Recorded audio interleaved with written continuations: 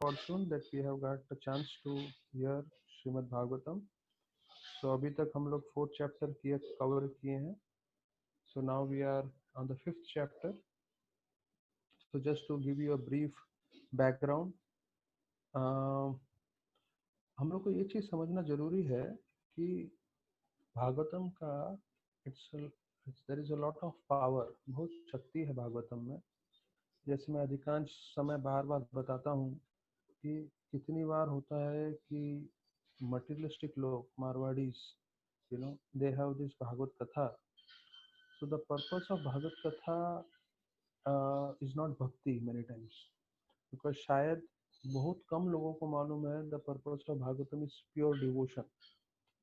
जहाँ तक मुझे याद है, एक बार भक्ति देवामृत स्वामी जो है, उनका तबीयत ठीक नहीं था और वो जगन्नाथपुरी में थे. तो जब वो जगन्नाथपुरी में थे तो वो लाइव देख रहे थे रथ यात्रा. और जब वो लाइव रथ यात्रा देख रहे थे तो लाइव रथ यात्रा देखते समय जो है कमेंट्री आ रहा था. तो कमेंटेटर बोल रहा है कि यही ब्रह्मा है, यही विष्णु है, यही शिव है. सो एक्चुअली देखा जाए तो ब्रह्मा, विष्णु, शिव तीनों जगन्नाथ नहीं है. सिर्फ विष्णु का जो अवतार है वो ही जगन्नाथ से आता है. तो देवामृत स्वामी बाद में शाम को हम लोग को प्रवचन में जब हमारा यात्रा था उसमें बता रहे थे कि इनका कमेंट्री पूरे इंडिया में जा रहा है और पूरे इंडिया में कमेंट्री में ये बता रहे हैं कि ब्रह्मा, विष्णु, शिव तीनों एक ही हैं. तो बोल रहे थे कि हमें कितना फायदा हो रहा है प्रभुपाद की किताबों के कारण, क्योंकि हम प्रभुपाद की किताबें पढ़ रहे हैं. उसका बेनिफिट ये हो रहा है हम लोग को कि बेसिकली हमारे में जो भी कोई आता है वो इमीडिएटली समझ सकता है कि कैसे, कौन भगवान है, जीवन का लक्ष्य क्या है. All the basic things automatically can be known by even a newcomer. और ये जो बड़े बड़े ऑथर्स हैं, स्पीकर्स हैं, उनको मालूम नहीं है बोल. सो मैं ये पॉइंट इसलिए बोल रहा हूँ कि भागवतम का पर्पस बहुत सारे लोगों को मालूम नहीं है. And many times people take this Bhagavatam as way to fulfil their material desires, भौतिक इच्छाओं की पूर्ति के लिए. तो भौतिक इच्छाएं भी फुलफिल होती हैं, यहाँ तक कि जैसे मैंने बताया हुआ है अकाम, सेकंड कैंटो में ये वर्स, अकाम सर्व काम हुआ मोक्ष काम उदाहरिति. तो जिसकी जो इच्छा है वो पूरी होती है. किसी को भक्ति चाहिए तो भक्ति मिलेगा, लेकिन किसी को भक्ति नहीं चाहिए और उनकी मटेरियल इच्छाएं हैं तो मटेरियल इच्छाएं भी पूरी हो जाती है. तो एक तरीका है मटेरियल इच्छाएं पूरी करने का, मेहनत करके, काम करके. किसी को कुछ डिग्री चाहिए, पैसे चाहिए, तो they can work hard for it, मेहनत कर सकते हैं. लेकिन दूसरा है भागवत के तरीके से भी आप उसको प्राप्त कर सकते हैं. तो अधिकांश समय कई लोग जो हैं वो भौतिक जो है अपनी इच्छाएं भी इस भागवत के द्वारा पूरी कर लेते हैं. तो हमने तीसरे अध्याय में देखा कि कैसे 40th to 44th वर्स में भागवतम का ग्लोरिफिकेशन दिया है. कैसे भगवान स्वयं कृष्ण जो है भागवतम के रूप में आते हैं और जो लोग इसका आश्रय लेते हैं, जो लोग उसका श्रवण करते हैं, जो लोग उसको पढ़ते हैं, तो प्रभुपाद लिखते हैं वो साक्षात कृष्ण भगवान के संग में है. और कृष्ण भगवान साक्षात उनके संग में रहेंगे तो जो आशीर्वाद मिलना चाहिए वही आशीर्वाद उस जीव को मिलता है जो भागवतम पढ़ता है. वो भागवतम अभी हमें समझ आए ना आए, वो भागवतम हमें अच्छा लगे ना लगे, उससे कुछ मतलब नहीं है. मेन चीज क्या है, प्रभुपाद जी बोल रहे हैं भागवतम आप जब पढ़ोगे तो उसमें आपको फुल ब्लेसिंग्स ऑफ लॉर्ड मिलेगा. और उसमें 40th और 43rd वर्स में हमने सुना. फिर जो 4th चैप्टर है उसका पूरा सार मैंने आपको एक ही लाइन में बताया था कि व्यासदेव जी ने पूरे वेदों की रचना की और वेदों की रचना करने के बाद असंतुष्ट थे. 4 वेद, पुराण, इतिहास, महाभारत. तो कल मैंने आपको पॉइंट नहीं बताया कि वेद मतलब जितने भी सारे आयुर्वेद आ जाते हैं, धर्मशास्त्र आ जाते हैं, फिर इसमें धनुर्वेद भी आ जाता है, यहाँ तक कि काम शास्त्र भी आ जाते हैं। दुनिया में जो भी ज्ञान है सब ज्ञान वेदों में है, और सब चीज की पुष्टि करने के बाद जिन्होंने खुद ने इसकी रचना की है वो संतुष्ट नहीं थे। तो अर्थात समझना चाहिए हम लोगों को कि अगर हम लोग भी इसके अंदर आनंद भोगने की कोशिश करेंगे तो एक सीमित रूप से आप आनंद भोग सकते हो, लेकिन अगर वास्तविक जो असली आनंद चाहिए, जो परम आनंद है, जो सबसे हाईएस्ट है, वो आपको वेदों के परे जाएंगे, भक्ति के मार्ग से ही मिल पाएगा। तो पूरी दुनिया भौतिक चीजों के भोग में इसलिए लगी हुई है क्योंकि उनको हायर टेस्ट नहीं है। परम दृष्टवा निवर्तते, जो प्रभुपाद जी कृष्ण भगवान गीता में बताते हैं। तो जब आपको हायर टेस्ट मिलेगा तभी आप लोअर टेस्ट को छोड़ सकते हो। प्रभुपाद का सिंपल एग्जांपल है, अगर सूखी रोटी है खाने के लिए और भूखे हो तो उसको भी खाओगे, लेकिन उसके जगह पे आपको पूरा पराठा, पनीर मक्खन वाला, बिरयानी सब मिलेगा तो अपने आप सूखी रोटी छोड़ दो। तो भौतिकवादी व्यक्ति क्यों नहीं छोड़ सकते चीजें? क्यों? क्योंकि उसको उसी में स्वाद मिल रहा है। तो डिवोटी को बहुत मेहनत करना पड़ेगा इसमें स्वाद प्राप्त करने के लिए। अगर आपको मालूम करना है, you want to enjoy Shrimad Bhagavatam, तो भगवान आपको फ्री में नहीं देंगे। जैसे बोलते हैं ना, बाहर लोगों को पैसा कमाने के लिए भी पसीना बहाना पड़ता है। तो ये नहीं सोचना चाहिए कि भाई घर में बैठे बैठे मैं थोड़े प्रवचन सुन लूंगा उससे मेरे को टेस्ट आ जाएगा। हो सकता है थोड़ा टेस्ट आए, इसके लिए आप सुन रहे हैं, लेकिन आपको सबको खुद को मेहनत करना पड़ेगा। जो है रातों का नींद, दिन का नींद छोड़ना पड़ेगा, तब जाके मेहनत करोगे तो भगवान आपको उसमें स्वाद देंगे। और फिर आपको इसकी अनुभूति होगी कि कैसे भागवतम से हमें साक्षात भगवान का संपर्क हो रहा है और सबसे उत्तम रूप से आनंद प्राप्त हो रहा है। तो वो चौथा अध्याय हमने समाप्त किया था। अभी हम पांचवें अध्याय पे आ जाते हैं। अभी पांचवें अध्याय में अगर आपको मुझे पूरा सरल करना है तो पांचवा अध्याय का मेन थीम यही है कि कृष्ण भगवान की लीलाओं का वर्णन सबसे सर्वोत्तम है। I repeat, the past times of Lord Krishna has to be glorified and that is the highest. क्यों? क्योंकि व्यासदेव जी ने इतना रचना किया है। अभी जैसे मैं बोलता हूँ, महाभारत जो है वो 1,00,000 श्लोक है। अगर आप वेदों का काउंट करेंगे तो मेरे को तो शायद मालूम भी नहीं है वेदों का कितने वर्सेस हैं। पर इतना सब होने के बाद जो है अल्टीमेटली नारद जी, जो एक अवतार ही है भगवान के, हम लोग ने तीसरे अध्याय में देखा, और वो दूसरे अवतार व्यासदेव जी को बता रहे हैं कि highest thing in this whole creation, सिर्फ पृथ्वी लोक पे नहीं, 14 लोकों में हाईएस्ट चीज क्या है? वो है glorification of the Lord's past times. भगवान की हरि कथा सबसे उत्तम। अभी हम लोग को इस पे श्रद्धा नहीं होगा, हम लोग को फेथ नहीं होगा। एज अ स्पीकर मैं ये नहीं बोल सकता कि मेरे को भी फुल 100% फेथ है, but this is the reality. So we all should know, in the 14 planetary systems, not only in earth, highest thing is the hearing of pastimes of lord। भगवान की कथा का श्रवण सबसे उत्तम है, और वही नारद जी ने व्यासदेव जी को बताया है। तो इस अध्याय पे जो कल मैंने शुरुआत किया था, इसमें मैंने बताया आपको 4 भाग हैं। पहला भाग 7 श्लोकों तक, जिसमें नारद और व्यासदेव के बीच में संवाद हो रहा है। नारद जी बोल रहे हैं व्यासदेव को कि तुम संतुष्ट नहीं हो, उसके अलग अलग कारण दे रहे हैं जो हमने कल चर्चा कर लिया था।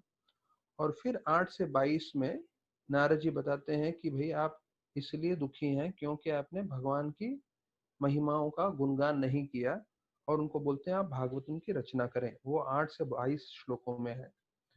फिर जो तीसरा सेक्शन है 22 से 31, उसमें नारद मुनि अपना खुद का जीवन के बारे में बता रहे हैं, कैसे वो पिछले जीवन में जो है एक दासी पुत्र थे। और उसका हम जब चर्चा करेंगे 23 to 31, तो उसमें हम लोग और डिटेल में पढ़ेंगे, बट ये आपको हाईलाइट बता रहा हूँ कि नारद जी का पूरा पिछला जीवन का चर्चा है। और 32 to 40 लास्ट सेक्शन में वापस से नारद मुनि जो हैं व्यासदेव जी को शिक्षण दे रहे हैं। वो शिक्षण का सार वही है कि कृष्णा को आपको ग्लोरीफाई करना है। तो 8 to 22 एंड 32 to 40 उन दोनों का मर्म वही है कि आपको कृष्णा को ग्लोरीफाई करना है। तो कल हम लोग ने जो है 11वें श्लोक तक पहुंचे थे, but just to revise the 10th shloka also, 10वां श्लोक भी जो हमने किया कि किस तरह से एक होते हैं कौवे और एक होते हैं हंस। तो कौवे और हंस एक साथ नहीं बैठते, तो वो हम लोग ने कल चर्चा किया। और birds of the same feather flock together, कौवे कौवों के संग में रहेंगे, स्वान स्वान के संग में रहेंगे। तो आप देखते हैं भक्त भक्तों के साथ ही रहते हैं, और कभी कोई भक्त को कर्मी लोगों के साथ ज्यादा आदान प्रदान करना होता है तो उनको बहुत मुश्किलें होती है। मुझे अपने कॉलेज के दिन याद है, थोड़े थोड़ा समय मैंने भक्ति किया था, इस्कॉन के साथ जुड़ गए थे और चैंटिंग करते थे, मंदिर में जाते थे। उसके बाद जब मैं अपने क्लासेस गया था, 95 की बात है, तो मेरे बाजू में एक क्लासेस का लड़के ने दूसरा किसी और लड़के को जोर से गाली दी। तो मैं उसकी तरफ इतना, मन में मेरे को क्रोध आया और मैं बोला यार कैसे लोग हैं ये लोग। क्योंकि क्या है, आप वैष्णव के संग में रहते हो तो वैष्णव का एक बात करने का तरीका, वैष्णव का व्यवहार एक अलग ही रहता है। तो उसके बाद आप लोग कर्मी लोगों के साथ रहोगे और कर्मी लोग का बात करना, कर्मी लोग का व्यवहार आपको भाएगा नहीं। तो तभी मेरे को समझ में आ गया भैया ये लोग का जो है एक अलग ही दृष्टिकोण है और भक्तों का अलग दृष्टिकोण है। और तब से मुझे जो अभक्त लोग थे उनका संग करना बिल्कुल पसंद नहीं था। और ये श्लोक से मुझे समझ में आ रहा है कि कौवे कौवों के साथ ही रहेंगे और हंस हंस के साथ ही रहेंगे। और हमने बताया कि कैसे बाहर के भौतिकवादी लोग कितना ही जो है भौतिक प्रगति कर लें, पर उसका कोई मूल्य नहीं है। क्यों? क्योंकि मृत्यु के साथ सब खत्म होने वाला है। तो भक्त लोग भी काफी आकर्षित हो जाते हैं उसके तरफ। ये मैं डिवोटीज के लिए बोल रहा हूँ specifically. Devotees get attracted by material opulences. तो ये मैं ब्रह्मचारियों के लिए नहीं बोल रहा हूँ, ये मैं गृहस्थ के लिए बोल रहा हूँ और आईएएस के लिए बोल रहा हूँ। मटेरियल ऑपुलेंसेस से अट्रैक्ट होने की जरूरत नहीं है। हमने पहले प्रभुपाद के परपट में पढ़ा है, it is like drinking poison willingly and it is worse than committing suicide. भौतिक चीजों की तरफ आकर्षित होना मतलब जहर पीने के बराबर है और आत्महत्या करने के बराबर है। क्यों? क्योंकि वो आपको भक्तिमय, जो आपकी भक्ति करने की इच्छा है उसको खत्म कर देगा। तो फिर जो है प्रभुपाद लिखते हैं उसके 10वें के तात्पर्य में कि कैसे जो स्पिरिचुअल डेड लोग हैं वो लोग को इन सब चीजों में आनंद मिलता है। भक्त को आनंद नहीं मिलता, पर इन सब लोगों को आनंद मिलता है। और फिर 11th वर्स जो सबसे इंपॉर्टेंट वर्स है, तो हम लोग वापस से रिसाइट करेंगे।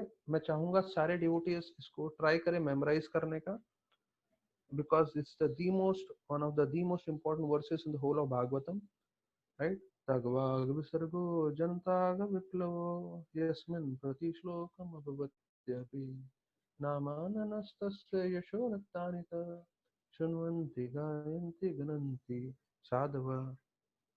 तो इस श्लोक के हमने काफी पॉइंट्स कल चर्चा कर लिए थे कि कैसे जो है चाइना अटैक कर रहा है और कैसे भागवतम का स्प्रेड करने को पूरा तरह से रोका गया है। फिर प्रभुपाद बोलते हैं पूरे वर्ल्ड में जितने भी प्रॉब्लम्स हो रहे हैं उसकी रिस्पॉन्सिबिलिटी है इंडियंस की। तो भले ही वो पुरुष हो कि स्त्री हो, अगर उसने भागवतम समझा होगा तो अपने जीवन में बदलाव ला सकता है और फिर दूसरों के जीवन में भी बदलाव ला सकता है। जैसे महात्मा गांधी ने बोला है, be the change you want to see in the world. तो कल भी हम लोग प्रवचन में सुन रहे थे, लोगों को राम राज्य चाहिए, पर राम राज्य अपने जीवन में नहीं चाहिए, वो पूरे आसपास में चाहिए, पूरी दुनिया में चाहिए, पर अपने जीवन में राम के हिसाब से जीवन व्यतीत नहीं करना। तो कोई भी हो, अगर आप जो है संपूर्ण रूप से भागवत का आश्रय लेंगे तो अपने जीवन में परिवर्तन कर सकते हैं और उसके बाद दूसरे के जीवन में भी। और फिर प्रभुपाद बोलते हैं लीडर्स को अगर ये ज्ञान मिल जाए तो उससे पूरा दुनिया में बदलाव आ सकता है।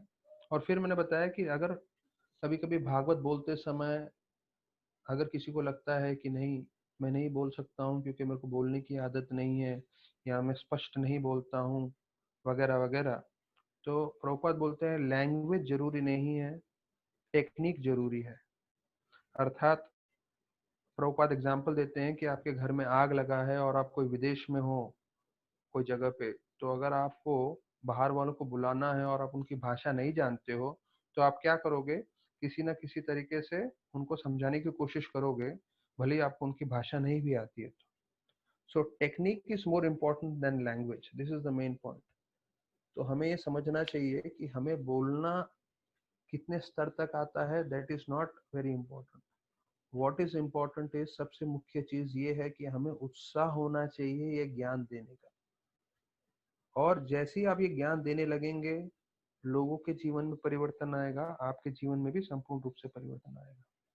प्रभुपाद फिर एक नेक्स्ट पॉइंट बोलते हैं कि गवर्नमेंट ने सेंसर किया था। अभी आप जानते होंगे कि मूवीज में सेंसर था। सेंसर अर्थात कई कई चीजें जो देख नहीं सकते हैं, इट वॉज नॉट रिलीज। अगर मूवीज में ऐसा कुछ सीन्स है विच इज एक्सेप्टेबल नहीं है, तो उसको सेंसर कर दिया जाता था। तो प्रभुपाद लिखते हैं इसका मतलब क्या है?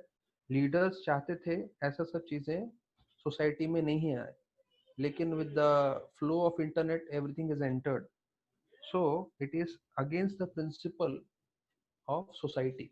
प्रभुपाद बोलते हैं ये सब चीजें, तो हमें इन सब चीजों से बचना है और हम लोग को भागवत में आनंद ढूंढना है। तो प्रभुपाद जी इसको कंक्लूड करते हैं इस वर्ष को ये बोलते हुए कि जब किसी को पीलिया होता है, जॉन्डिस होता है, तो जॉन्डिस में उसको शुगर केन जूस अच्छा नहीं लगता, लेकिन अगर वो फिर भी पड़ता रहेगा, पीता रहेगा शुगर केन जूस, तो पीलिया ठीक हो जाएगा।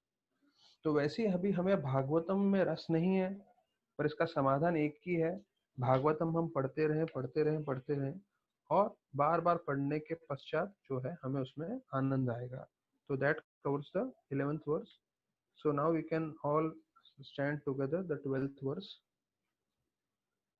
निष्कर्म्यापि अच्युत भाववर्जितं न शोभते ज्ञानम् अलम निरंजनम, कुटः पुनः शाश्वत अभद्रमीश्वरे न चार्पितं कर्म यदपि अकर अकारणम। तो 12th वर्स भी काफी इंपॉर्टेंट है। और इस 12th वर्स में प्रभुपाद बोलते हैं कि अगर आपके पास ज्ञान है और आप बहुत सारा कार्य कर रहे हैं, लेकिन अगर भक्ति नहीं है, तो भक्ति के बिना सब कुछ असफल है, सब कुछ जो है बेकार है, सब कुछ यूजलेस है। क्योंकि हमें सबको मालूम है इस सिंपल चीज कि हम जो भी कर रहे हैं अपने लाइफ में, that will be accounted the time of death. तो मटेरियल चीज जो की है सब रह जाने वाला है, ओनली जो हमने आध्यात्मिक किया है वो लेके जाने वाला है। तो प्रभुपाद बोल रहे हैं कि इसमें मटेरियल लाइफ में आपके पास कितना ही नॉलेज हो या कितना ही आपने भौतिक रूप से चीजें इकट्ठे किए हो, तो ये दोनों के दोनों कोई फायदे के नहीं है, क्योंकि अल्टीमेटली ये it is going to become useless. तो असली जो है भक्ति ही काम का है। और प्रभुपाद परपट में बोलते हैं fruiting work which is almost all people in general are engaged is always painful, either in the beginning or in the end। अर्थात आप किसी तरह से भौतिक इंद्र तृप्ति करने जाएंगे, भौतिक कार्य करने जाएंगे, ये शुरुआत में या अंत में निश्चित रूप से दुख ही देगा। अब वो अलग बात है, लोगों को समझ में नहीं आता, तो उसके लिए जो है वो अलग से हम लोग चर्चा कर सकते हैं। क्यों समझ में नहीं आता? क्योंकि जो है वो तीनों गुणों में अधीन है। जैसे मैं बताता हूँ कि जो तमोगुण का व्यक्ति है, वो शराब पी के कहीं गिरा पड़ा भी होगा, तो उसको मालूम नहीं चलेगा कि वो जो है ऐसे बेकार अवस्था में। क्यों? क्योंकि तमोगुण के अधीन है। वैसे रजोगुण वाला भी पैसा, घर, इंद्र तृप्ति में इतना लगा रहेगा, उसको समझ में नहीं आएगा। सत्वगुण वाला जो दुनिया के लिए अच्छा कार्य करने जा रहा है और ऐसे सब जो वेलफेयर एक्टिविटीज बोलते हैं, वो भी उसी में लगा रहता है, तो उसको भी समझ नहीं आता। तो उनको समझ में नहीं आता, इसका मतलब ये नहीं कि वो लोग जो है प्रभुपाद लिख रहे हैं यहाँ that they are suffering, actually they are suffering, they don't realize it.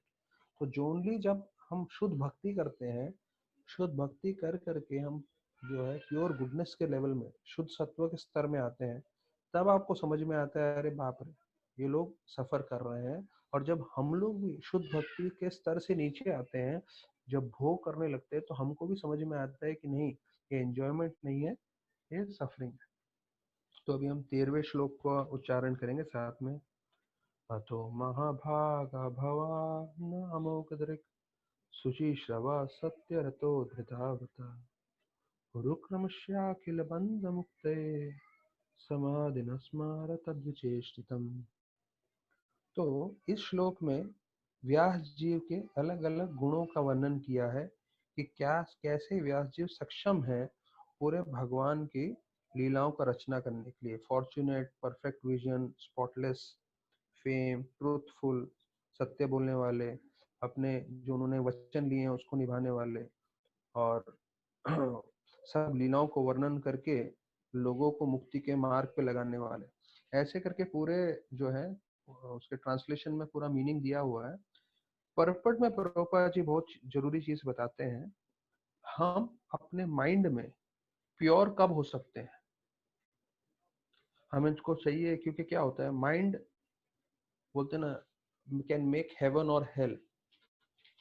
तो माइंड को अगर प्योर करना है तो प्रभुपाद जी इसमें मार्ग बता रहे हैं इसके परपट में। If you want your mind to be happy और your mind to be pure, आपका the only way it can be done is by spiritual enlightenment, by spiritual practice। तो जो हम सुबह को उठ के जप करते हैं, जो हम भागवत पढ़ते हैं, जो हम सेवा करते हैं, तो हम लोग बेसिकली यहाँ पे ज्यादा हम लोग भगवान की कथा सुनने के ऊपर ही स्ट्रेस करेंगे। बिकॉज ऑल ओवर दिस में एक आध जगह पे चैंटिंग बोला है, बाकी सब जगह पे बार बार भागवतम के ऊपर स्ट्रेस किया है और भगवान की लीलाओं के ऊपर स्ट्रेस किया है।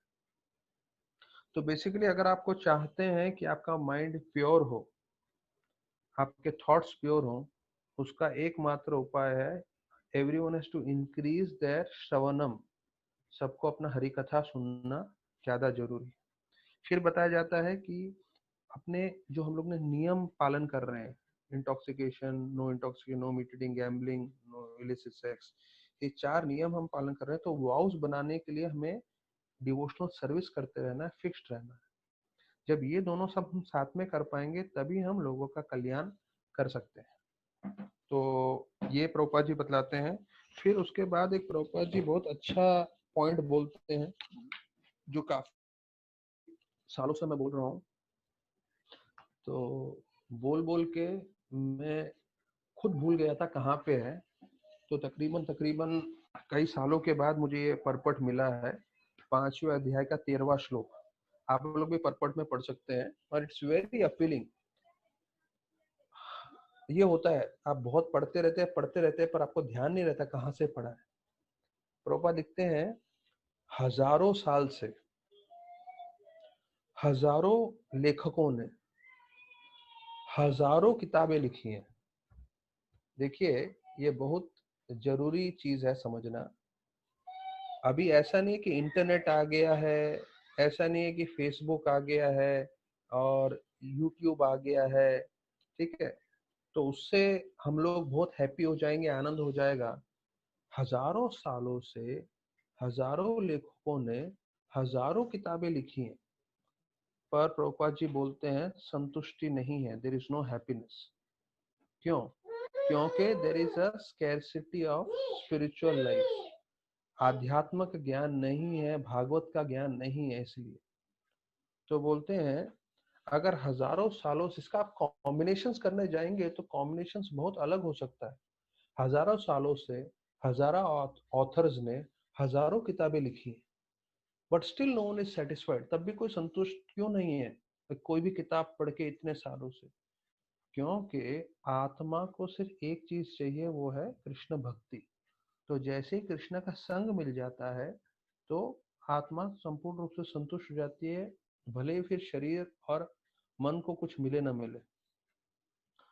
तो प्रभुपाद जी लिखते हैं कि ये जो चीज कमी है पूरी दुनिया में, वो भागवतम से कमी पूरी होगी। जब आप भागवतम पढ़ेंगे तो जैसे हमने दूसरे अध्याय में पढ़ा, ये ना आत्मा सुप्रसिद्ध थी, संपूर्ण रूप से आपका हृदय संतुष्ट होगा। तो 3 स्तर है। एक है मिजरी, मतलब दुख, उसके ऊपर आता है शांति, और उसके ऊपर आता है आनंद। तो भौतिक व्याधि व्यक्ति का पूरा टाइम ये कोशिश रहता है कि किसी न किसी तरीके से वो दुख और परेशानी और तकलीफ को बचे, लेकिन उसके ऊपर आता है शांति और उसके ऊपर आता है आनंद, और वो संपूर्ण आनंद हाईएस्ट लेवल का you can get from Shrimad Bhagavatam. ठीक है। फिर 14वें श्लोक में एक उदाहरण देते हैं, कैसे एक नाव जो है, एक नाव अगर जो है हवा के बल पे हमेशा हिलता रहेगा जब तक उसको कहीं पे स्थिर रूप से नहीं रखा गया है, तो वैसे ही बोलते हैं हमारा मन हमेशा विचलित रहेगा जब तक मन जो है संपूर्ण रूप से कृष्ण से जुड़े नहीं, भागवतम के द्वारा, नाम के द्वारा, जपा के द्वारा, और विशेष रूप से हरि कथा के द्वारा। बिकॉज हरि कथा एक ऐसी चीज है जो अपने मन को संपूर्ण रूप से केंद्रित कर सकती है। नहीं तो मन इतना विचलित है। आज कोई मुझे बता रहा था 19 साल की कोई लड़की ने आत्महत्या कर लिया लॉकडाउन के चक्कर में। तो ये कोई नया चीज नहीं है। कम से कम 400 लोग रोज आत्महत्या कर रहे हैं इंडिया में। तो ये एक न्यूज सुन के कोई बड़ी बात नहीं है। 400 लोग कर रहे हैं, इसका मतलब सब लोग तकलीफ में है, परेशानी है। तो मन संतुष्ट होगा एक ही तरीके से जब वो भगवान की लीलाओं के साथ, भगवान की कथा के साथ, भागवतम के साथ जुड़ेगा। और अगर नहीं जुड़ेगा तो हमेशा, जैसे आपने सुसाइड का सुना लॉकडाउन के टाइम पे, वैसे हमेशा ऐसे प्रॉब्लम्स में फंसा रहेगा। और यहाँ तक कि अभी इस स्थिति में, लॉकडाउन में, काफी लोग फ्रस्ट्रेटेड हैं, काफी लोग दुखी हैं। तो रामायण में से कल रामनवमी हुआ, मैं आप लोग को 9 शिक्षण बताऊंगा अभी कि कैसे कोरोना वायरस के समय में रामायण से हम कैसी 9 शिक्षाएं ले सकते हैं। पहला, राम 14 साल के लिए वनवास में थे, तो हम लोग को वनवास नहीं है, गृहवास है। तो हमें आनंद में गृहवास कर लेना चाहिए। उनको 14 साल के लिए बोला था, हमें तो कुछ दिनों के लिए बोल रहे हैं। तो अगर राम जी कर सकते हैं तो हम लोग राम के भक्त हैं, तो कुछ दिन के लिए राम जी को केंद्र बिंदु रख के, राम जी को बीच में रख के वो हम कर ही सकते हैं। दूसरा, भरत जो है पूरे राज्य को संभाल रहे थे, राज्य में रह के नहीं। भरत महाराज जो है वो राज्य के बाहर थे, नंदीग्राम में थे, और वहां से पूरे राज्य को संभाल रहे थे। तो उसी प्रकार से हम लोग भी अपना कार्य कर सकते हैं घर में रह के। जिन जिन का जो जो ऑफिस का कार्य है, या प्रचार का कार्य है, या भक्ति की सेवा है। तीसरा, कैकई जो है मंत्रा की बातों में आके उसने पूरी अयोध्या का विनाश किया, अपने पति दशरथ का विनाश किया, और जो है राम जी को वन में भेज दिया, और पूरा का पूरा जो है आपको मालूम है पूरा ये इसका रामायण की कथा। तो बोलते हैं वैसे ही हमको भी रूमर्स की तरफ ध्यान नहीं देना है, क्योंकि रूमर्स की तरफ ध्यान देंगे तो हमारा मन भी भटकेगा, और हम अपने भटके हुए मन से दूसरे लोगों को भी परेशान कर सकते हैं। ये तीसरी चीज है समझने के लिए। लक्ष्मण 14 साल सोए नहीं रात को, 14 साल उन्होंने राम की सेवा की। He was guarding Lord Ram against any kind of attack which may come from demons और एनिमल्स। सो बताया जाता है कि we should guard our self from at least this corona virus by remaining at home, remaining pure, clean, all this things. पांचवा, सीता 1 साल अशोका वाटिका में थी, और वहां पे अलग अलग राक्षसियां उनके परेशान कर रही थी। पर सीता ने ऐसे समय में अपना मन राम जी पे केंद्रित किया, और 1 साल का जो उनका वनवास था उधर, वो उन्होंने उसमें विचलित नहीं हुई। भले ही उन्होंने बहुत दुख भोगा, तकलीफ झेली, पर उन्होंने राम पे अपना मन बनाया रखा। तो इस अवस्था में हमें भी चाहिए कि हम राम पे, कृष्ण भगवान पे हमारा मन बनाए रखें। तो ऐसा नहीं है कि अभी कोरोना वायरस है, लॉकडाउन है, तो कृष्ण पे मन लगाना है, और कोरोना वायरस छूट जाएगा तो उसके बाद आराम ही आराम है। ऐसा नहीं है, ये जो है हमेशा करना है। और इस परिस्थिति में हम लोग ज्यादा कर सकते हैं क्योंकि हमें ट्रैवलिंग नहीं करना, हमारा इतना ट्रैवलिंग से एनर्जी बच रहा है तो वही एनर्जी हमें कृष्ण में लगा सकते हैं। छठा, हनुमान जी ने अलग अलग अपना साइज बदला था। अगर आप लोग को मालूम होगा कि जंप करने के लिए उन्होंने अपना विशाल रूप किया था, फिर बीच समुद्र में उनको ये मिलते हैं सुरसा, सिमिका और अलग अलग। और जब वो जैसी लंका पहुंचते हैं तो जब लंका में प्रवेश करना था तो अपना एकदम छोटा कद कर देते हैं, एकदम बिल्ली के समान, और फिर लंकिनी से मिलते हैं। तो हनुमान जी जैसे अपना अपना आकार बड़ा छोटा कर रहे थे, तो उसी प्रकार से बोलते हैं हमें अपने स्ट्रेटेजीज बदलने पड़ेंगे। क्योंकि क्या है, पहले हम लोग को लग रहा था अरे हम तो सब जगह घूम सकते हैं, काम कर सकते हैं, पर परिस्थिति ने हम सबको बांध दिया है, सबको घर के अंदर डाल दिया है। तो बुद्धिमान व्यक्ति वो है जो हर परिस्थिति में कृष्ण को केंद्र रख के भक्ति कर सके, मतलब अपना जो है स्ट्रेटेजी बदल के। सातवां, शत्रुघ्न जो है सिर्फ भरत महाराज की सेवा करते थे, और शत्रुघ्न का परिभाषा आता है कि जिन्होंने शत्रु पे विजय प्राप्त किया हो। तो रामायण में आप पूरा पढ़ेंगे तो शत्रुघ्न ने सिर्फ एक ही बार युद्ध किया था लवणासुर के साथ, और बाकी जगह कहीं भी उन्होंने युद्ध नहीं किया। तो ऐसा क्यों बताया जाता है कि उन्होंने शत्रु पे विजय प्राप्त किया है? क्यों? क्योंकि वो हमेशा पीछे रह के सेवा करना चाहते थे। तो राम, लक्ष्मण और भरत के बारे में हम सुनते हैं, शत्रुघ्न के बारे में नहीं सुनते। शत्रुघ्न ने वास्तविक रूप में दास अनुदास का भाव लिया था, और उसके कारण जो है उनको बताया जाता है कि उन्होंने सबसे बड़े शत्रु पे विजय प्राप्त की थी। तो अगर हम भी दास अनुदास का भाव करते रहेंगे और सेवा करेंगे, और विशेष रूप से इसके संपर्क में बताया जाता है कि बहुत सारे लोग आज की तारीख में इस काम कर रहे हैं, सेवा कर रहे हैं।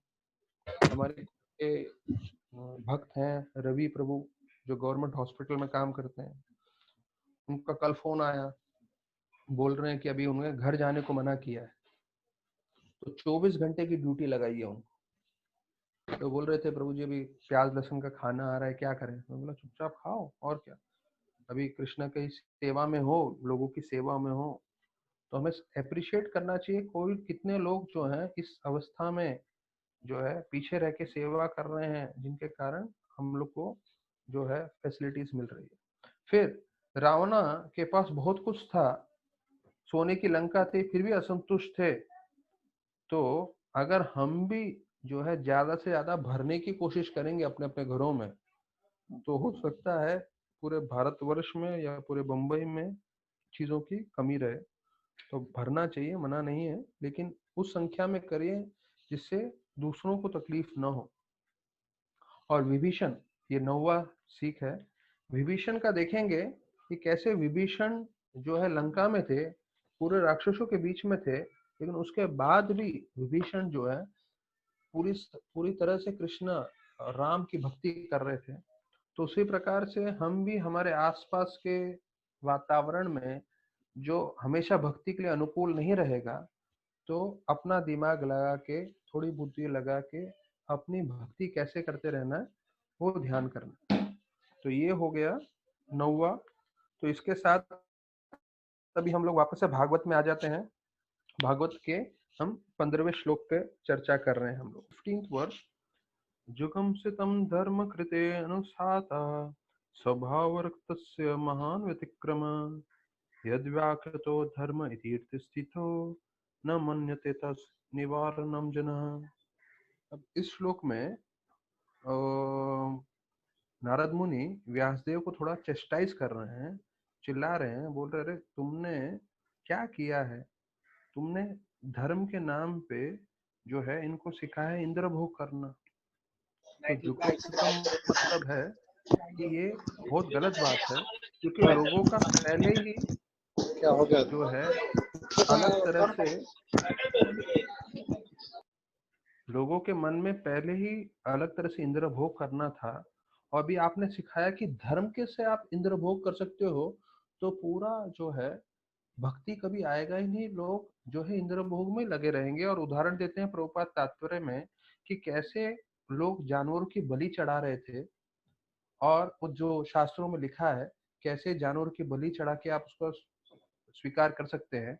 फिर वो शास्त्रों का बात हटा दिया और मास स्केल पे जानवरों की हत्या हो रही थी। तब फिर बुद्ध भगवान को आना पड़ा और ये पूरा सब जो है सेक्रीफाइस और ये जो नर बलि, ये जो जानवरों की बलि है, पूरा रोकना पड़ा। तो बोलते हैं शास्त्रों में जब ऐसा सब चीज बताया रहता है तो लोग शास्त्रों को भूल जाते हैं, फिर इंद्र तृप्ति में ही लगे रहते हैं। और उसका रिजल्ट क्या होता है, प्रभुपाद जी तात्पर्य में इसमें परपट में बता रहे हैं। प्रभुपाद बोलते हैं जैसे जेल में अलग अलग सेल्स होते हैं, तो वैसे ही प्रभुपाद बोलते हैं कि कृष्णा ने 84 लाख स्पीशीज बनाए हैं, 84 लाख योनियां बनाई हैं जो जेल के समान है। और जो जीव को भोग करना है, एंजॉय करना है, तो उस जीव को इन 84 लाख जो है अलग अलग सेल्स में डाल देते हैं अपना जो है एंजॉय करने के लिए। तो इसलिए हमें भक्ति पे ही ध्यान रखना है। ठीक है। फिर जो है 16वां श्लोक है, जो बताया जाता है कि व्यासदेव जी को बोल रहे हैं आप जो है बहुत एक्सपर्ट है, और जो लोग इसमें भक्ति में जो लोग निपुण हो जाते हैं वो भौतिक चीजों में नहीं पड़ते, और वो लोग सिर्फ आध्यात्मिक प्रगति के लिए मेहनत करते हैं। और आध्यात्मिक प्रगति में क्या करते हैं, वो लोग हरि कथा सुनने की कोशिश करते हैं। इसका तात्पर्य जो है बहुत जरूरी है। तो तात्पर्य के पॉइंट्स आप लोग सब सुन लीजिए। जैसे बोलते हैं अगर हम आपको मेडिसिनल डोज देते हैं तो मेडिसिनल डोज कैसे असर करता है, दवाई का कैसे असर होता है, प्रोपा दिखते हैं वैसे ही भक्ति का असर होता है जब हम नियमित रूप से श्रवण करते रहेंगे। ठीक है। फिर प्रोपा दिखते हैं कि जो एक्सपर्ट डिवोटीज होते हैं वो नए नए तरीके से लोगों को प्रचार करने की कोशिश करते हैं। तो मैंने भी कभी सोचा नहीं था जूम पे प्रचार करूंगा, पर अभी जरूरत पड़ गई है तो कर रहे हैं। प्रभुपाद दिखते हैं तात्पर्य में, expert devotees can find out competent ways to inject into the dull brains of the materialistic this knowledge of devotional service। कि भक्ति कैसे लोगों के दिमाग में डालना है, वो नए नए तरीके ढूंढ ही लेते हैं। ठीक है। अभी 17th श्लोक जो हम लोग चर्चा कर रहे हैं, यू शुड नो दिस श्लोक is also one of the most coated versus. मैं गीता पढ़ता हूँ या दूसरे बुक्स भी पढ़ता हूँ, नेक्टर ऑफ डिवोशन, प्रभुपाद ने बहुत कोट किया है 17th वर्स। 17, 18, 19 तीनों श्लोक का एक ही मर्म है, भक्त का कभी विनाश नहीं होता। There is no loss in the practice of devotional service. ये 17 श्लोक मैं चाहता हूँ ये भी सब लोग अगर लर्न कर लें, बहुत अच्छी बात है। This gives full faith that how devotional service is so perfect, भक्ति कितना सार्थक है। ओके। सो एक चीज मुझे जानना था, 30 पार्टिसिपेंट्स हैं, सो 30 पार्टिसिपेंट्स पर्सनली मेरे को व्हाट्सअप कर सकते हैं, एंड वो लोग बता सकते हैं कौन सा उनके लिए लैंग्वेज प्रेफरेबल है। So my request is Hindi या इंग्लिश, जितने भी लोग हैं व्हाट्सअप करके मेरे को मैसेज कर दें, या आइदर किसी को स्पेसिफिकली हिंदी में चाहिए तो हिंदी लिखिए, और किसी को हिंदी या इंग्लिश दोनों चलेगा तो दोनों बता दीजिए, क्योंकि कोई फॉरेनर तो है नहीं मेरे ग्रुप में जो बोलेगा सिर्फ मुझे इंग्लिश चाहिए। तो आप आइदर हिंदी या इंग्लिश या ओनली हिंदी ऐसे करके स्पेसिफाई करिएगा कल तक में, तो हमें समझ में आएगा कि हमें कथा हिंदी में ही करना है या इंग्लिश में भी कर सकते हैं। ठीक है। मेरे हिसाब से एक दो तीन लोग हैं, पर we will see the count. ठीक है। तो एक रिक्वेस्ट है सबके, तो भी 17वां श्लोक हम लोग सब रिसाइड कर सकते हैं। त्यक्त्वा स्वधर्मं चरणं भुजं हरेर् भजन अपक्वो पते ततो यदि यत्र कवावद्रुमवद्यामुस्लिकिं कौवार्तो आप्तो भजताम सधर्मता। इसके बारे में बताते हैं इस श्लोक में कि अगर एक भक्त का पतन हो भी जाता है तो उससे कोई नुकसान नहीं है। डिवोटी थोड़ा टाइम भक्ति करके भक्ति छोड़ देता है, उसका फॉल डाउन हो जाता है, देयर इज नो प्रॉब्लम। क्यों? He will still attain perfection, अर्थात कृष्ण भगवान कैसे न कैसे उसको लेके ही जाएंगे परफेक्शन के रास्ते पे। और प्रभुपाद बोलते हैं इस श्लोक में, बोलते हैं ऐसा कोई कर्मी व्यक्ति है जिसने अपना जीवन पूरी सार्थकता से जिया है, क्या फायदा उसका? क्यों? क्योंकि उसने जितना भी अच्छा कार्य भी किया होगा वो उसको कहाँ पे लेके जाएगा, वापस से जन्म मृत्यु के चक्कर में ही और उसने अच्छे से अच्छे कार्य किए, उससे उसे अच्छे से अच्छे पुण्य मिलेंगे, देवताओं का शरीर मिलेगा, बस इतना ही।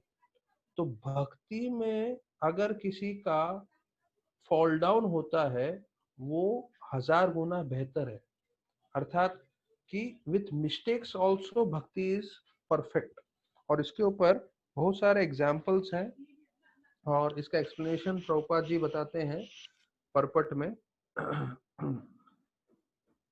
अच्छा, अब फॉल डाउन होने का मैं आप लोग को एक चीज बताता हूँ। ये परपट में प्रभुपाद बोलते हैं, due to many reasons there is a fall down, he fall down to the path of service because of undesirable association. अब ये अनडिजायरेबल एसोसिएशन है, मतलब आप गलत संग कर रहे हो। आपके पतन का कारण है भक्ति में से गलत संग या बुरा संग। तो अधिकांश लोग जो है मोबाइल पे रहते हैं, तो मोबाइल पे जितनी भी चीजें आप देख रहे हैं, आप सुन रहे हैं, वो हमेशा भक्ति के लिए फेवरेबल नहीं रहता। और कभी कभी लगता है कि अरे हम थोड़ी 4 नियम का उल्लंघन कर रहे हैं, मैं तो क्रिकेट मैच देख रहा हूँ, मैं तो कोई गाना सुन रहा हूँ, फलाना फलाना कर रहा हूँ। पर एक चीज समझ लीजिए, ये सब आपके मन में इंप्रेशंस बनाते रहेंगे और फिर आप अपना लाइफ जितना इंप्रेशंस ये सब आ गया उसके हिसाब से व्यतीत करेंगे, उसके हिसाब से आप अपना चॉइसेस करेंगे। जैसे इंग्लिश में बोलते हैं you make a habit and then the habit makes you. अर्थात आप जो बार बार करोगे, तो बार बार करने के बाद वही आपका दिनचर्या बन जाएगा, आपकी आदत लग जाएगी, एक लत हो जाएगी। तो एक भक्त बता रहे थे कि कैसे एक पर्सन यूट्यूब को इतने एडिक्टेड हो गए थे, तो वो यूट्यूब से डी एडिक्ट होने के लिए उसने यूट्यूब पे वापस से वीडियो डाउनलोड करना चालू किया कि यूट्यूब से कैसे डी एडिक्ट हो सकते हैं। तो घंटों घंटों लोग यूट्यूब पे फेसबुक पे एडिक्ट रहते हैं। तो प्रभुपाद जी लिखते हैं सबसे ज्यादा पतन का कारण है अनडिजायरेबल एसोसिएशन। तो हमारे लिए अभी अनडिजायरेबल एसोसिएशन मोबाइल ही है, व्हाट्सएप ही है। तो कैसे उससे बचना है हम सबको सोचना चाहिए। और फिर एग्जाम्पल यहाँ पर आता है भरत महाराज का, कैसे वो हिरण के तरफ आकर्षित हो गए। चित्रकेतु महाराज का, कैसे उन्होंने शिव जी का अपराध किया। और अजामिल का, तो अजामिल ने भले ही वैश्या का संग किया, भले ही सब गड़बड़ किया, लेकिन उसके बाद भी जीवन सार्थक हुआ। क्यों? त्वक्त्वा सदर्नम धर्मम चरणम भुजम हरे। जो भगवान के चरणों की तरफ एक बार भी आकर्षित हो जाता है, भगवान का कर्तव्य बनता है कि उसको खींच के वापस लेके जाते हैं। तो ये अभी 18वें और 19वें श्लोक में भी आएगा। तो हो सकता है आज हम लोग ये पूरा जो है अध्याय खत्म नहीं कर पाए 40वां श्लोक तक, तो कल हम लोग जो है एक्सटेंड कर लेंगे या जैसे भी है। तो जब तक टाइम चलता रहेगा चलने दीजिए, जब लाइन कट गया तो आज का मीटिंग ओवर, कल 4 बजे ठीक स्टार्ट कर लेंगे हम लोग। और हो सकता है कल मैं थोड़ा स्पीड में भी जाऊं ये कवर करने के लिए। 18th वर्ष, अच्छा उसमें पहले 17th वर्ष में बोलते हैं जिसने भी भक्ति की है वो भगवान के भक्तों का संग कभी भूलेगा नहीं।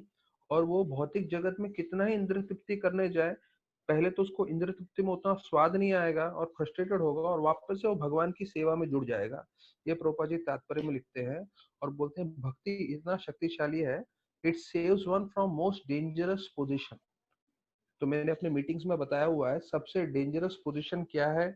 लोगों को लगता है मृत्यु सबसे डेंजरस पोजीशन है, पर डेंजरस पोजीशन प्रभुपाद बतलाते हैं अगर कोई व्यक्ति ने भक्ति नहीं किया हो और अगले जन्म में वो कुत्ता बिल्ली चूहा बन जाए, that is the most dangerous position. तो वो भक्ति की इतनी शक्ति है कि सबसे डेंजरस पोजीशन से बचा सकता है, आपको वापस से मानव जन्म दे सकता है। भक्तों के लिए वापस आने की जरूरत नहीं है, इसी जीवन में सार्थकता करना है। ये आने वाले 2 श्लोक में हम चर्चा करेंगे। सब लोग साथ में 18th वर्ष मेरे साथ बोल सकते हैं। तस्यैव हेतो प्रयेत कोविदो न लभ्यते यत् ब्रह्मतम उपार्याद तल्लभ्यते दुःखवाद अन्यत् सुखम कालेन सर्वत्र गभीरम सा। तो इस श्लोक में बताया गया है हम लोग को सिर्फ एक ही चीज के लिए मेहनत करना चाहिए, वो है भक्ति। और भक्ति करके भगवत धाम जाने के लिए। और भौतिक रूप से आप जितना भी मेहनत करके चीजें इकट्ठे करोगे वो क्षण भंगुर है, अर्थात वो मृत्यु के समय नष्ट हो जाएंगे, नहीं तो इस जीवन में भी नष्ट हो जाएंगे। जैसे मेरे एक पहचान वाले शेयर मार्केट में लगे रहते हैं, तो बोलते हैं 30-40% नीचे है, तो जो भी लोगों ने इनका इन्वेस्टमेंट किया था सबका नुकसान है एज ऑफ नाउ। तो भौतिक चीज में आप जब भी कुछ करोगे उसमें घाटा मुनाफा होगा और अल्टीमेटली वो पूरा घाटा ही है। पर आध्यात्मिक जो करोगे तो आपको संपूर्ण रूप से कल्याण होगा। तो दुखवाद अन्यथा सुखम। हम लोग कोई भगवान के सामने प्रार्थना नहीं करते हे प्रभु मेरे जीवन में दुख भेजो, लेकिन फिर भी हमें तकलीफ परेशानी मुश्किल आती रहती है। तो उसी प्रकार से भागवतम का ये श्लोक बताता है कि वैसे ही आपको आपके हिस्से का खुशी और दुख अपने आप आएगा। तो वो जो है कुत्ते के लिए भी है और देवताओं के लिए भी है। Demigods and the dogs, Prabhupada लिखते हैं तात्पर्य में, उनको भी उनके हिस्से का आनंद और दुख मिलने वाला है। तो मानव को ज्यादा उससे विचलित नहीं होना है। 14 लोकों में फिक्स्ड है जितने भी जीव है, सिर्फ पृथ्वी के लिए नहीं, ब्रह्मा से लेके पाताल लोक, प्रभुपाद दिखते हैं, सबका फिक्स्ड है कितना उनको प्रॉब्लम्स आएगा और उनको कितना एंजॉयमेंट मिलेगा। पर बुद्धिमान व्यक्ति वो है जो डिवोशनल सर्विस करे और भगवत धाम जाने की पूरी तैयारी करे। फिर प्रभुपाद जी बोलते हैं कर्मों का देखो कैसा असर है। 2 बच्चे पैदा होते हैं, एक बच्चा पैदा होता है करोड़पति के घर में, बचपन से उसके घर में बंगले में पैदा होता है, 3-4 गाड़ियां हैं, करोड़ों करोड़ों रुपए बैंक बैलेंस है, तो उसको जीवन भर काम करने का कुछ खास इतना आवश्यकता नहीं है। क्यों? क्योंकि वो इतना ऐश्वर्यपूर्ण अव्यवस्था में पैदा हुआ। और दूसरा बच्चा पैदा होता है झोपड़पट्टी में, बचपन से ही खाने पीने के वांदे। इसका मतलब क्या? आपके कर्मों के हिसाब से आपको जन्म मिल रहा है। तो ये स्वीकार नहीं करे तो व्यक्ति मूर्ख ही रहेगा, कहलाएगा। तो हम लोग बहुत सारा मेहनत करते हैं, पर प्रोपा जी तात्पर्य में लिख रहे हैं आप कितना ही मेहनत कर लो, ये चीज आप लोग के लिए जानना बहुत जरूरी है। आप कितना ही मेहनत कर लो लेकिन आपको उतना ही मिलेगा जो आपके कर्मों में है। ये काफी हेवी लगा मेरे को स्टेटमेंट, कि लोग बहुत मेहनत करते हैं, अरे मैं एग्जाम के लिए बहुत मेहनत कर रहा हूँ, या जॉब के लिए बहुत मेहनत कर रहा हूँ, या पैसा कमाने के लिए मेहनत कर रहा हूँ। जो आपके कर्मों में लिखा है उतना ही मिलने वाला है। तो हमें क्या चाहिए कि हाँ मेहनत करना है, लेकिन उसके साथ साथ जो है भक्ति भी करते रहनी है। तो उसके बाद 19 श्लोक हम लोग साथ में रिसाइट करेंगे। न वैजनो जातुर्कथा न वर्जनम मुकुंद सेवा अन्यवद अंग संश्रुतिम स्मरन मुकुंदांग्र उपगुणम पुनर्विहातुमिच्छेन रसग्रहोजन स्मरन स्मरण मुकुंद आंग्रय। स्मरणम किसका? मुकुंद के चरणों का। तो क्योंकि कृष्ण के भक्तों ने भगवान की सेवा की है, तो भगवान उसको वापस खींच के लेकर आ जाते हैं, चाहे वो कहीं पे भी हो। ये भगवान की गारंटी है। जैसे हम लोग ने एक श्लोक पढ़ा जिसमें बताया जाता है 100% गारंटी है, 100% गारंटी है। अथेव धन्य भगवत यद वासुदेव अखिलोकनाथ कुर्वन्ति सर्वात्मकमात्म। तो सर्वात्मकम शब्द का मतलब था कृष्ण भगवान 100% गारंटी दे रहे हैं। ठीक है। तो ये जो 19th वाला श्लोक है उसमें ना वापस से, अभी मैं 19 श्लोक में डिटेल में जाऊंगा, लेकिन आप प्रभुपाद ने जो परपट में बोला है हार्डली रसग्रह के नीचे आता है। There are certainly many instances where devotees of the Lord have fallen down due to uncongenial association. देखो प्रभुपाद जी ने पिछले ही श्लोक में बोला कि पतन का कारण है क्या है? बिकॉज ऑफ अनडिजायरेबल एसोसिएशन, 17वें श्लोक में। अब 2 श्लोक बाद वापस से क्यों बोल रहे हैं प्रभुपाद? क्योंकि प्रभुपाद हमारे दिमाग में बात बैठाना चाहते हैं, जैसा संग वैसा रंग। जिस चीज का आप ज्यादा संग करते रहोगे वही आपके दिमाग में बैठ जाएगा, वही आपकी प्रकृति हो जाएगी, वही आपके जबान से निकलने लगेगा। तो हमें ध्यान पूर्वक सोच समझ के संग करना चाहिए। हमारा जीवन का एक एक पल हम किस तरह से व्यतीत कर रहे हैं। हम एक एक पल कृष्णा के स्मरण में व्यतीत कर रहे हैं तो हमारा कृष्णा का बैंक बैलेंस बढ़ेगा। एक एक पल हम कृष्णा को भूल रहे हैं तो उतना नुकसान होगा। तो इसके पर्पट में स्टार्टिंग में ही बोला है ये चीज। अच्छा, अभी ये लास्ट वर्स है कि कैसे भगवान अपने भक्तों की हमेशा रक्षा करते हैं। तो प्रभुपाद जी उदाहरण देते हैं कि दो तरह के लोग जो है बच्चे दुखी होते हैं। एक राजा का बेटा और एक गरीब व्यक्ति का बेटा। तो राजा का बेटे को जो है राजा खुद दंडित करते हैं। क्यों दंडित करते हैं, क्यों उसको ये देते हैं पनिशमेंट, जिससे वो एक अच्छा राजा बन सके। लेकिन जो गरीब का बच्चा है उसको भी परेशानी होती, तकलीफ होती है। और उसका तकलीफ बोले तो क्यों है, क्योंकि वो गरीब है, खाने के लिए भी कुछ नहीं होगा वगैरह वगैरह। तो एक राजे के बेटे के जीवन में तकलीफ आना और एक गरीब पुत्र का, एक गरीब व्यक्ति के बेटे के जीवन में तकलीफ आना, दोनों अलग अलग हैं। अर्थात डिवोटी के लाइफ में जो प्रॉब्लम आता है, प्रभुपाद क्लियरली बोल रहे हैं, it is sent by Krishna. स्वयं भगवान कृष्ण भेजते हैं डिवोटी की लाइफ में प्रॉब्लम्स। क्यों भेजते हैं? कि वो भक्ति में स्थिर रहे, फिक्स्ड अप रहे।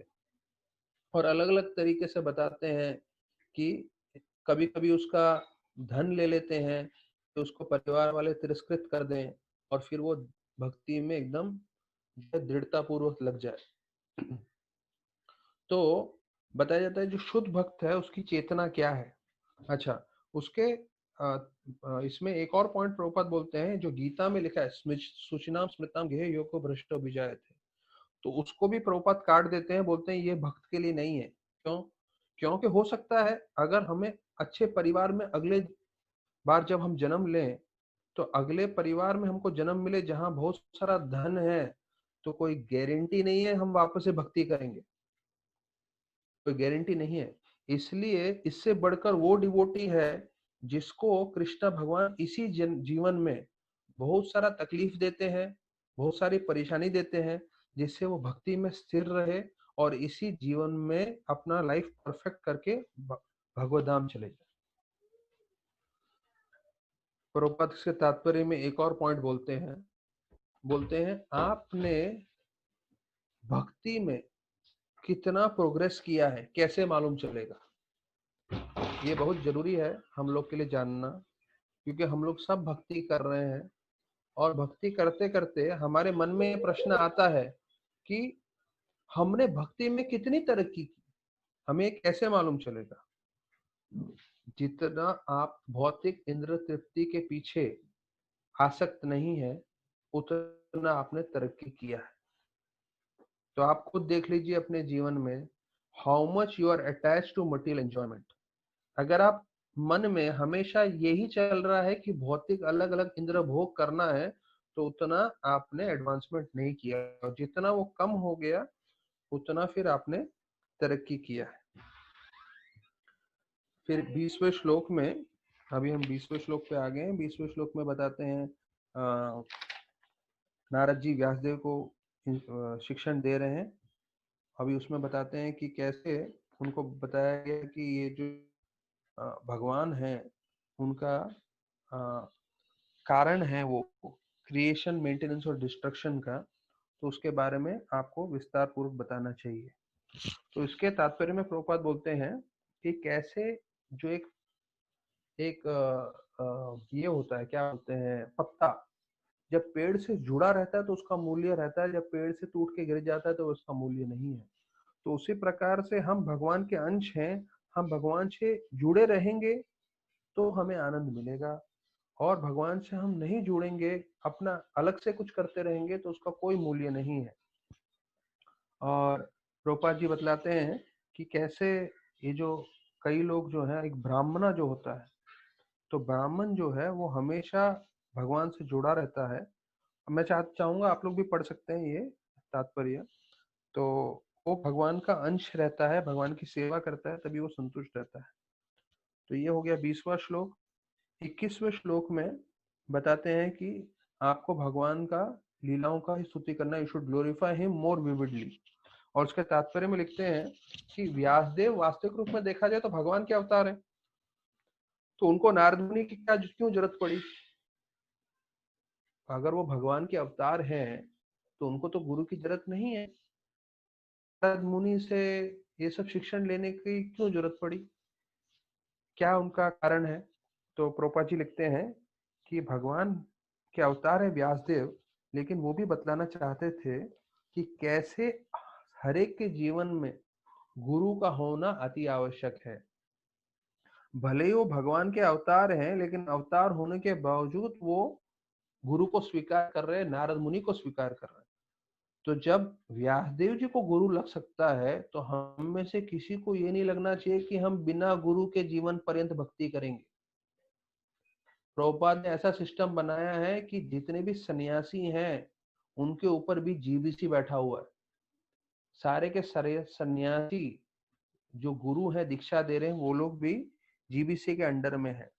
तो ये हमें समझना है। फिर हम लोग 22वां श्लोक पढ़ रहे हैं। तो 22वें श्लोक में वही चीज बताया, लास्ट लाइन आप लोग पढ़ सकते हैं, यद उत्तम श्लोक गुणानुवर्णनम। तो यद उत्तम श्लोक गुणानुवर्णनम मतलब कृष्ण जो उत्तम श्लोक हैं, कृष्ण भगवान उनके गुणों का वर्णन करें। देखिए संस्कृत बहुत सरल है।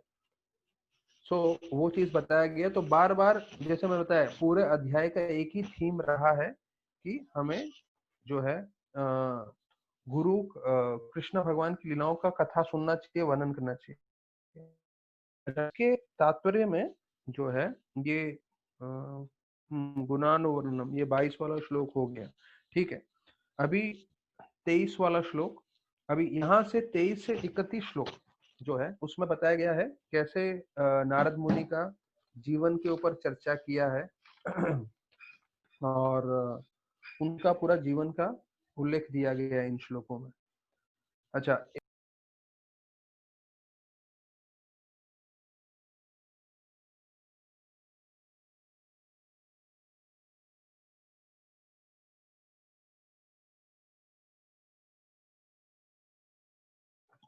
हरे कृष्णा प्रभु जी, यू गॉट म्यूट। और जो प्रचार कर रहे हैं, प्रभु जी वापस रिपीट कीजिए, आप म्यूट हो गए थे। हाँ हाँ, वो ये आ गया था, एक फोन आ गया था। तो बॉम्बे के एक ही व्यक्ति जिन्होंने संन्यास लिया था वो है अभी तक, वो है भक्ति रसामृत महाराज दयामृत प्रभु। मैं आपके उनके लाइफ का एक छोटा इंसिडेंट बताना चाहता हूँ।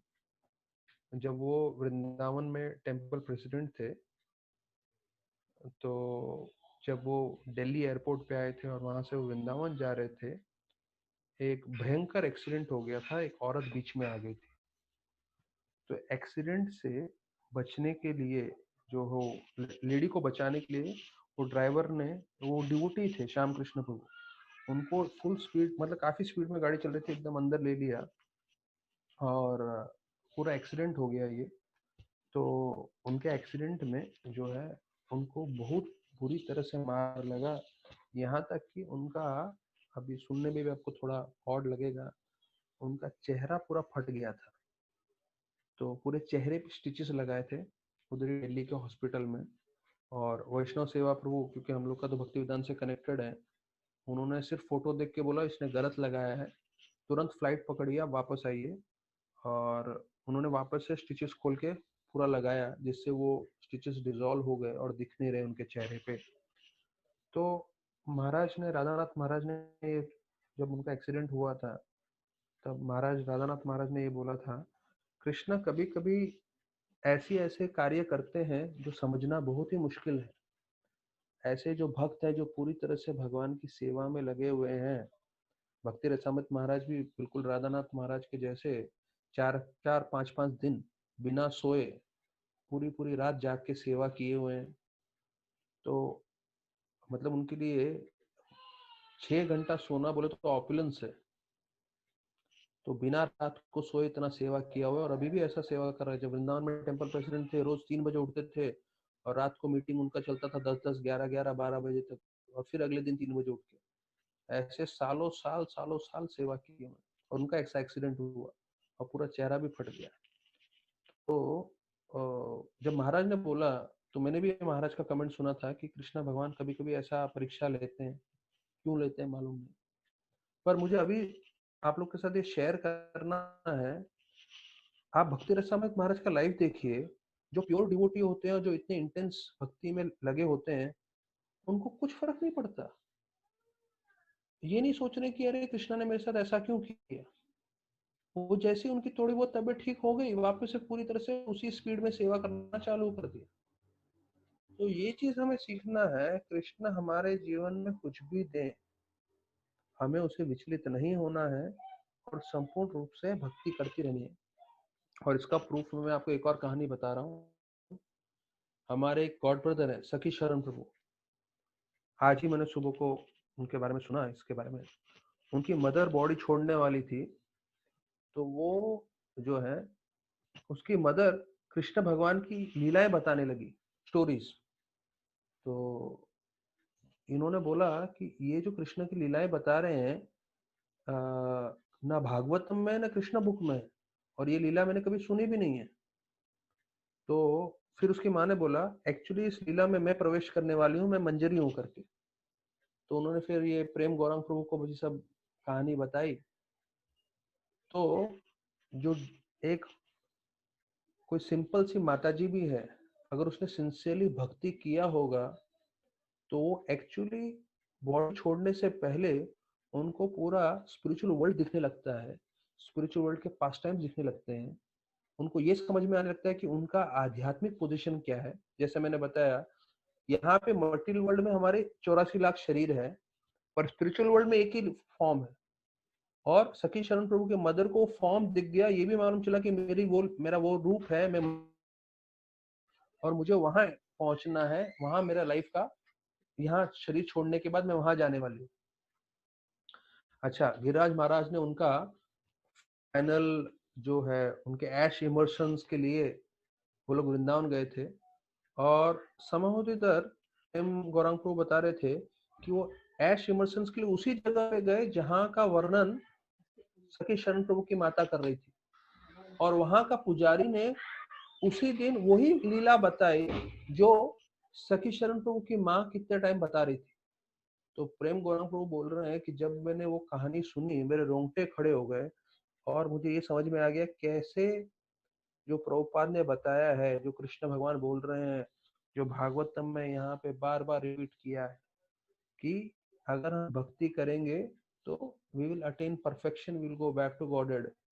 और बड़े बड़े सन्यासी, ब्रह्मचारी, बाकी लोग नहीं, एक सिंपल हाउसवाइफ जिसने सिंसेरिटी से घर का काम किया है, भगवान का स्मरण किया है, भगवान की भक्ति की है, वो भी भगवत धाम जा सकते हैं। तो हमें ये, हम अच्छा से भक्ति करें और हम अपने परिवार वालों को भी प्रोत्साहन करें भगवान का नाम जप करने के लिए और भगवान का ध्यान करने के लिए। तो अभी हमने जो है 22वां श्लोक जो है, अभी हम लोग 23वें श्लोक से स्टार्ट कर रहे हैं। अक्षय प्रभु कितना टाइम बाकी है?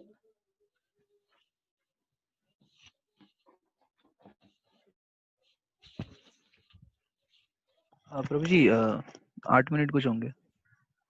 ओके, तो 23rd श्लोक में बताया गया है कि कैसे वो दासी पुत्र थे नारद मुनि पिछले में, और 4 महीने जब चतुर्मास का समय था, जब ब्राह्मण लोग जब वहां उनके उधर ठहरे थे, तो कैसे नारद मुनि उनकी सेवा कर रहे थे। ठीक है, तो उसका तात्पर्य बहुत जरूरी है। परपट में प्रभुपाद जी बोलते हैं कि किस तरह से आप जो है इस माया से बच सकते हैं, तो माया से बचने का तरीका क्या है।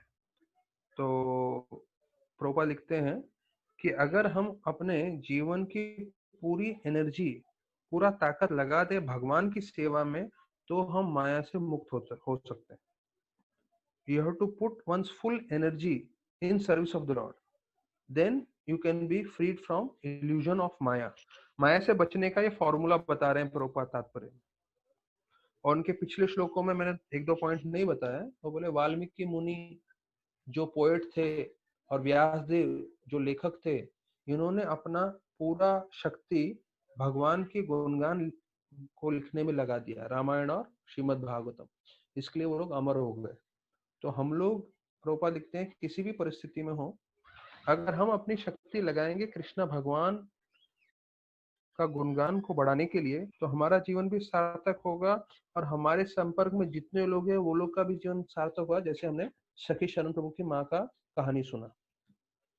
ठीक है, तो service of the Lord begins. अभी इसमें प्रभुपाद जी एक और चीज बोलते हैं कि अगर आपको भगवान की सेवा करनी है तो ये जानना जरूरी है 23 वाले श्लोक में कि भगवान के भक्तों की सेवा करना है।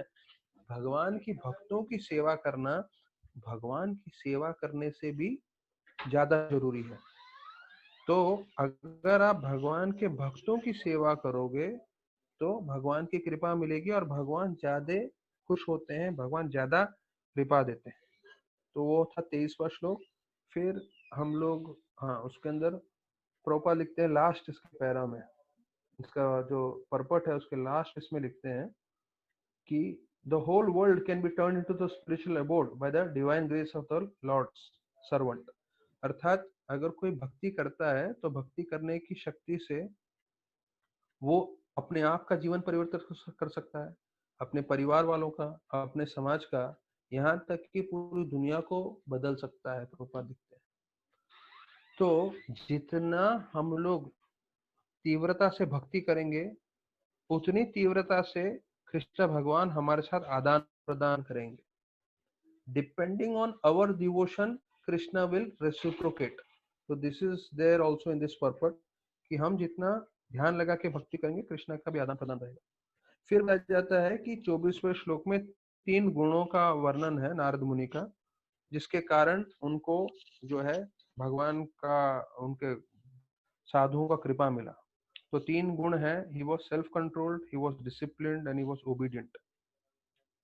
तो प्रभुपाद जी लिखते हैं कि अगर ये 3 गुण होंगे तभी आप जो है गुरु के इंस्ट्रक्शंस फॉलो कर सकते हो और फिर बदनाम जा सकते हो। तो बहुत जरूरी है सेल्फ कंट्रोल होना, डिसिप्लिन होना, ओबीडियंट हो। तो आप इस तीनों का मीनिंग पढ़ सकते हैं, अभी हम लोग उसके डिटेल में नहीं जाएंगे।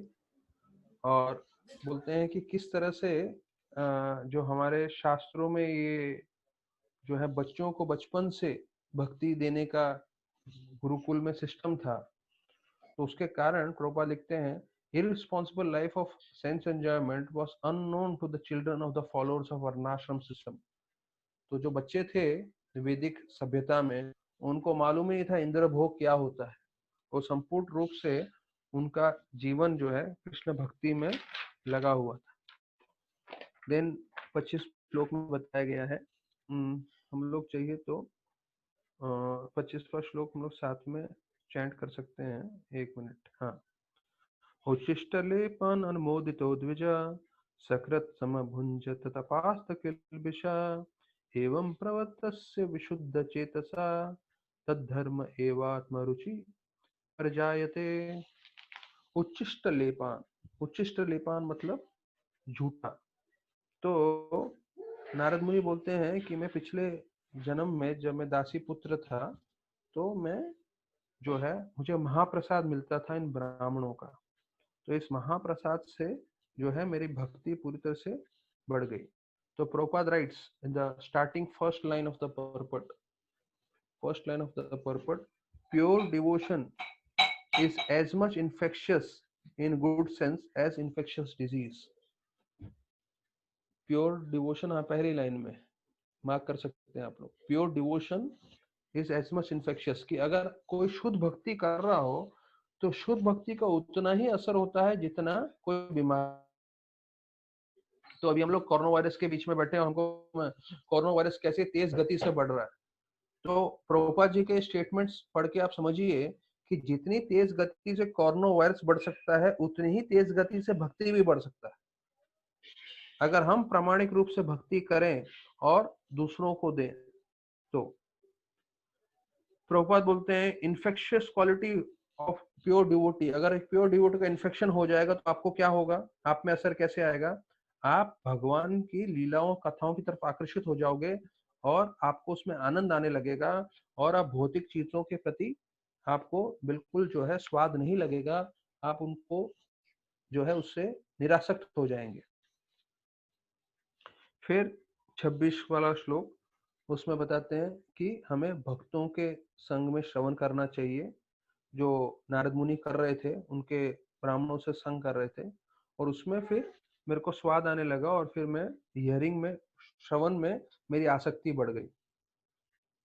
प्रभुपाद परपट में बोलते हैं कि कृष्ण भगवान शारीरिक रूप से तो खूबसूरत है ही, कृष्ण का मतलब है सर्व आकर्षित, लेकिन ये स्टार्टिंग के परपट में फर्स्ट लाइन में आता है, लेकिन भगवान जो है उनकी लीलाओं में भी उतने खूबसूरत है जितने वो शारीरिक रूप से खूबसूरत है।